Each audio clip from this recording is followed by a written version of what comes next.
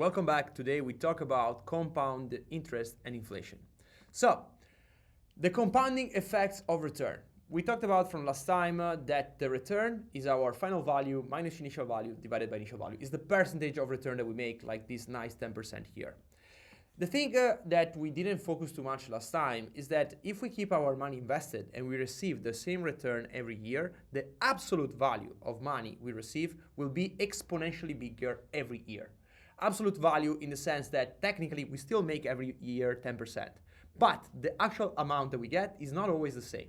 So if we look here, we see how we make 10% first year, £2,000, 10%, 2,200, and it keeps going this way. Now, this nice thing that is our compounding effect, it's what will make us rich. Because if we didn't have this, it will take just too long to make the actual money.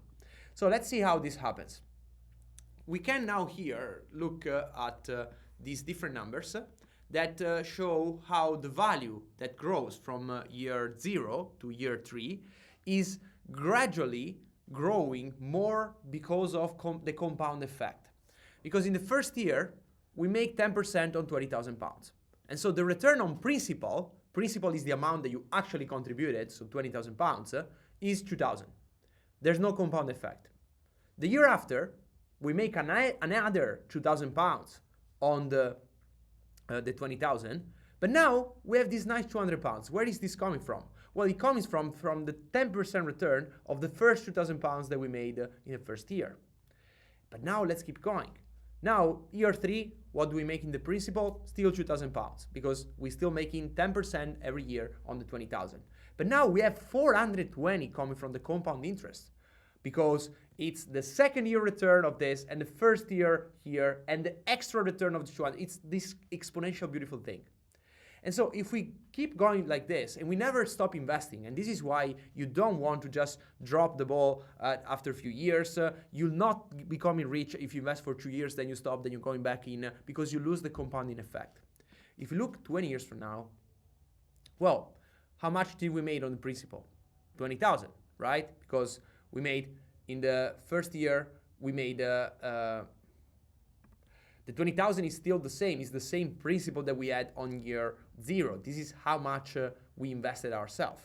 How much money we make extra on the principal, which is the resulting 10% on those 20,000 every year, 40,000. But look at this, 59% of the money that we made at the end is coming from the compound effect. Which means that if we didn't have the compounding effect, we would have £60,000. Nice, we don't say no, but definitely it's better to make 150,000, right? So this is why compounding effect is our best friend. How does this happen? Well, the compound interest is the interest calculated on both the initial principal, the 20,000, and the accumulated interest from previous periods, meaning you earn interest on interest. And you can see it here from the principal return. I make 20,000, 20,000, 20,000, it's always here, right? But the return that I make on these, you see how it grows and grows. That's compound interest, is the exponential growth of your money. And it happens with any investment vehicle, not just the stock market. If you invest in real estate and it appreciates every year of 5%, you get the compound interest on the 5%. Also inflation, if we lose inflation, we lose to inflation 2% every year, that compounds on the negative. So it's not that you're losing 2% every year on your money, you're losing 2% plus interest. And so if, let's make it simpler, if you have 100,000 and you lose 2%, 5% because of inflation to make it easier to, actually, let's make it even simpler. Let's say that inflation is 10% and it's always 10%. Terrible, won't happen, it won't be the truth in the long term, but it's to make it simple. It means that if you have £100,000, in the first year, you lose 10,000 of value. The year after, you don't lose 10,000, you lose 11,000, because you lose 10,000 plus 10% on the 10,000 of the first year. So also the compounding effect is also on the negative. That's why inflation is much worse than you think. It's not just losing 2% every year, it's 2% exponential. Okay? And the thing is, let me give you some examples on how powerful this can be.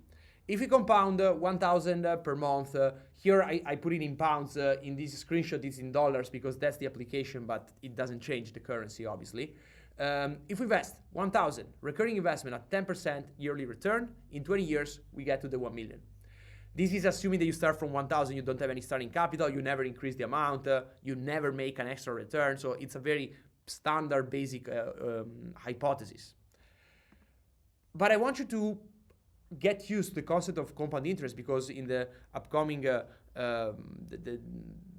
when we do more work together, you'll be able to see also how to play around with this, with the future network calculator and just the compound interest calculator. But overall, these are a couple of examples to give you the idea of the real effect of compound interest. So let's try to understand some theories, some assumptions from this chart. Number one, compound interest is exponential, which means that in the first 10 years, you make less, much less than what you make in the next 10 years. Look at this. I'm still investing 1,000 per month at 10%. In 10 years, I make 270,000. Nice. But 10 years more, I don't make 540,000. I make 4 times more. Sorry, 3.5. And if I have even 10 more years, now I make 3 times more. So look at this. This is 10 years, this is 30 years. 20 more years went by, but now I have 10 times the capital. Compound interest just works over time. Rule number 2. The return you make makes a huge difference. Because I think this can be understood very well between the 10% return and the 15% one. Because it's not doubling the return. It's just an extra 5%. Do you remember that I told you I just aim to make an extra 1-2% per year because it makes a huge difference? Look at this. I'm making 5% more return, not 20. But I'm making double the money. That's something that our mind, this exponentiality, our mind is not able to understand it very well. So this is why we need data, but that's the truth. So the higher return you make and the more you wait, the more results you are going to have exponential. This is why Warren Buffett says that the stock market is a machine that transfers wealth from the impatients to the patients. Yeah, the people that are patient, basically. And now we move to the other part of inflation, of compounding. As we did before, return goes with risk, compounding goes with inflation. Inflation is a general increase in prices and the consequent fall in the purchasing value of money. And this is a very simple example here. If there are few dollars or pounds in circulation, I'm going to want to have to feel that each one of them is more worth it.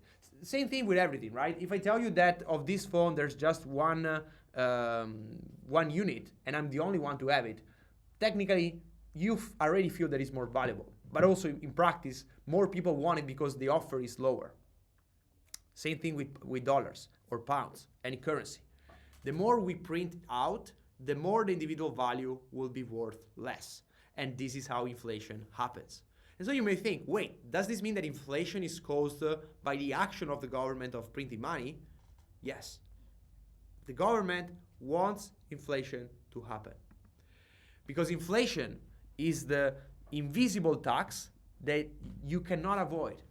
You can evade taxes. I'm not recommending that.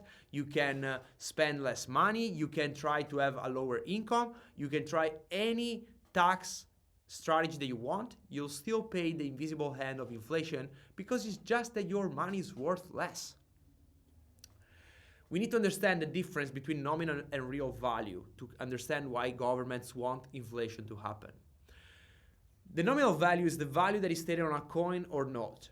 If I show you a piece of paper that says 5 pounds, 10 pounds, you know that is the value. That is the nominal value. But the real value is how much goods you can get for that same amount. And so if with 5 pounds I was able to buy 2 cups of coffees 20 years ago, then 20 years after I can buy just 1.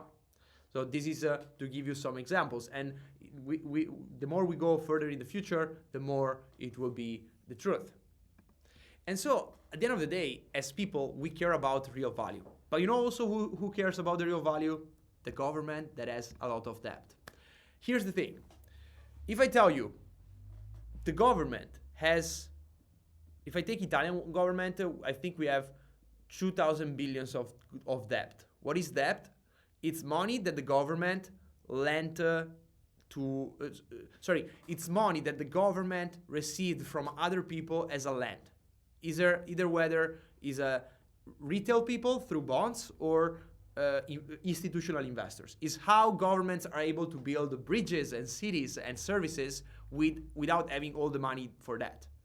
It's financing goods, which is good. But when it's done in an exaggerated way, the government then starts to have a problem with debt. It's just too big. And when you have a lot of debt, you need to pay the interest on that. And if me, as the government, I have 1,000 billions available to allocate in the economy, but now, because I had debt from the past, I need to give half of these 1,000 billions to paying off the interest of my debt, well, then I just have half of the purchasing power now. And so a government with a lot of debt will become more and more crippled. You know what is an easy way to solve this? Inflation. Because if now you understand this lesson, the next time that I tell you the government has 1,000 billions of debts, you should ask me in which period. Like today, in 2020, in 2030, in 2010, because the value of the debt will be different from a real perspective. Because if I was owning 1,000 billions 20 years ago and I still own it today, because of inflation, if I'm someone that has debt, technically I owe less money in real value. And the government wants that. Basically, the government uses inflation to reduce the weight of its debt by putting it on the shoulders of the citizens that will see their assets reduced, because the government is in a in-debt position. People that have debt benefit from inflation. People that have credits or assets, they lose, and that's the problem. Okay? Which means for us that if we don't earn at least more money to counter inflation, you're technically getting poorer. So if inflation is 2% and you're making a 1% return per year, you're technically getting poorer 1% more every year.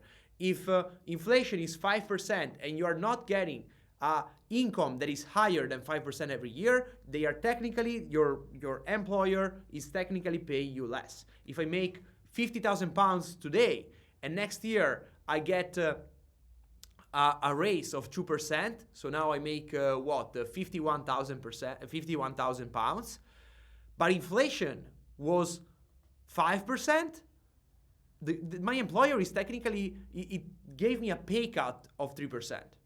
So remember this, you always want to make more money from your job and from your investments higher than inflation, or you're getting poorer. That's the key lesson from today. And so, cheat sheet, compound interest, the interest calculated on both the initial principal and the accumulated interest from previous periods, meaning you earn interest on interest. Inflation, a general increase in prices and the consequent fall in the purchasing value of money. Nominal value, the value that is stated on a coin or a note, but the real value, which is what we care about, is the adjusted price that accounts for price level changes of goods. In other words, is the real amount of goods that you can get in a certain period. The nominal value is not linked to any period. $5 today are $5 20 years from now. But what you can buy with those depends on the year that we take as reference. So again, hope this was interesting. Be stoic. See you next time.